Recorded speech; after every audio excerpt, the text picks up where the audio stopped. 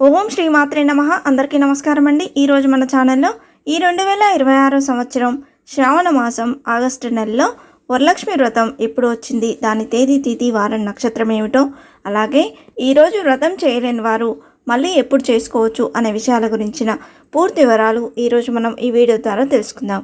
ఎక్కడా స్కిప్ చేయకుండా పూర్తి వీడియో చూస్తారని ఆశిస్తున్నాను. అంతకంటే ముందుగా ఇంతవరకు నా ఛానల్ సబ్స్క్రైబ్ చేసుకున్న వాళ్ళు ఉంటే సబ్స్క్రైబ్ బటన్ని ప్రెస్ చేసి పక్కనే ఉన్న బెల్ ఐకాన్ని ప్రెస్ చేసి ఆల్ అనే ఆప్షన్ ప్రెస్ చేశారంటే నేను పెట్టే ప్రతి వీడియో మీరు నోటిఫికేషన్ ద్వారా మొదటగా చూసేయవచ్చు. ముందుగా వీడియోలోకి వెళ్ళిపోదాం. హిందూ శాస్త్రం ప్రకారం శ్రావణ మాసం శుక్లపక్షంలో పౌర్ణమికి ముందు వచ్చే శుక్రవారాన్ని వరలక్ష్మి వ్రతంగా జరుపుకుంటాం. వరాలు ఇచ్చే దేవతగా వరలక్ష్మీదేవిని కొలుస్తాం.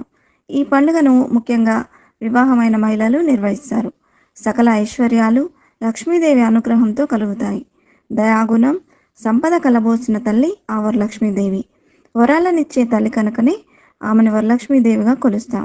శ్రావణ మాసంలో పౌర్ణమికి ముందు వచ్చే శుక్రవారాన్ని వరలక్ష్మి వ్రతంగా పాటిస్తుంటాం. కుటుంబ సభ్యుల సంక్షేమం కోసం గృహిణులు, మహిళలు ఈ వ్రతాన్ని ఆచరిస్తుంటారు.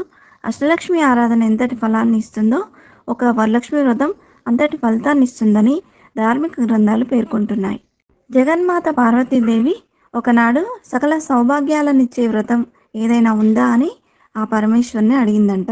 వరలక్ష్మి వ్రతాన్ని ఆచరిస్తే సిరి సంపదలు, సౌభాగ్యాలు లభిస్తాయని సాక్షాత్తు ఆ మహాశివుడే తెలిపాడంట.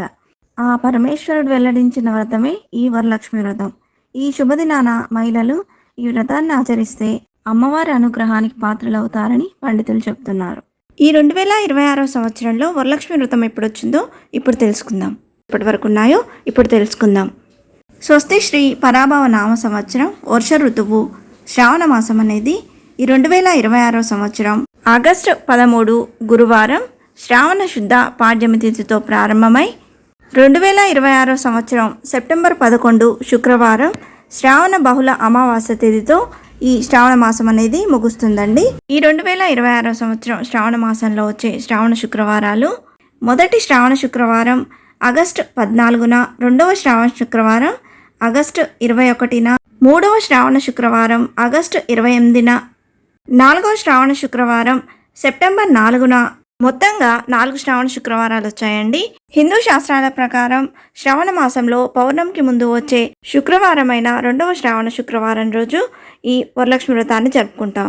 ఈ 2026 సంవత్సరంలో శ్రావణ మాసంలో పౌర్ణమికి ముందు వచ్చే రెండవ శ్రావణ శుక్రవారం ఆగస్టు 21వ తేదీన వచ్చింది. కాబట్టి ఈ 2026 సంవత్సరంలో వరలక్ష్మి వ్రతాన్ని ఆగస్టు 21వ తేదీ శుక్రవారం రోజున జరుపుకొనున్నాము. ఈ రోజు తిథి నవమి తిథి రాత్రి 11:56 వరకు ఉందండి. అలాగే నక్షత్రం అనురాధ నక్షత్రం పగలు 1:36 వరకు ఉంది. మరి ఈరోజు వ్రతం చేసుకోవడం వీలు కాని వారు ఏం చేయాలి అన్న సందేహం చాలామందికి ఉంటుంది కదండి. ఈరోజు వ్రతం చేసుకోవడం వీలు కాని వారు ఈ శ్రావణ మాసంలో వచ్చేటువంటి 4 శుక్రవారాల్లో ఏ శుక్రవారమైనా మనం ఈ వ్రతాన్ని చేసుకోవచ్చు. అష్టలక్ష్మిలో వరలక్ష్మీదేవికి ఓ ప్రత్యేకత ఉంది.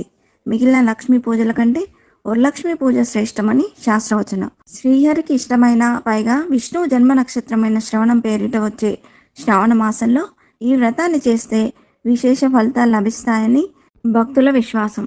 ఈ వ్రతాన్ని ఆచరించిన వారికి అష్టైశ్వర్యాలు, సకల సుఖాలు, ఆయురారోగ్యాలు, నిత్య సుమంగళిగా ఉంటారని భక్తుల నమ్మకం.